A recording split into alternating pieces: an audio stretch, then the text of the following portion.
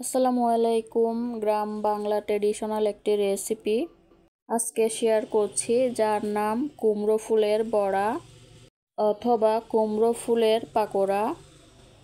বিকালে নাস্তা অথবা ভাত ডালের সাথে খেতেও কিন্তু মজা লাগে।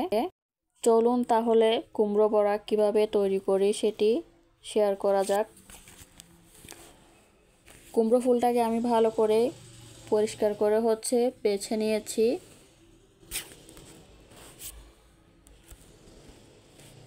ফুলগুলোকে এখন পানির মধ্যে চুবিয়ে রাখবো 5 মিনিট, কারণ যাতে পোকা টোকা থাকলে এটা বের হয়ে যাবে। তো ফুলটাকে ধুয়ে পানির ঝরাতে দিয়েছি। তো অন্যদিকে আমি একটা ব্যাটার করে নিচ্ছি। ব্যাটারটা করার জন্য আমার লাগবে বেসন, কর্নফ্লাওয়ার, মরিচের গুঁড়া, হলুদের গুঁড়া, স্বাদ মতো লবণ দিয়ে শুকনো উপকরণগুলোকে মিক্স করে নিচ্ছি।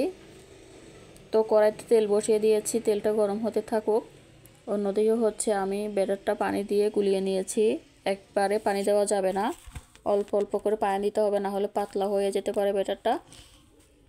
তো সে পানি জড়িয়ে রাখা কুমড়ো ফুলগুলো দিয়ে আমি সুন্দর করে লাগিয়ে নিচ্ছি। তো তেল ভালো করে গরম হয়ে গেল, দিয়ে দিলাম কুমড়ো ফুল। তো এভাবে করে আমি সবগুলো কুমড়ো ফুল ভেজে উঠিয়ে নিব। এক পাশ হয়ে গিয়েছে, অন্য পাশ উল্টিয়ে দিচ্ছি। বেশি পুড়িয়ে ফেলা যাবে না, এটা হালকা ব্রাউন কালার থাকবে। আশা করি আপনাদের ভালো লাগবে। ধন্যবাদ সবাইকে।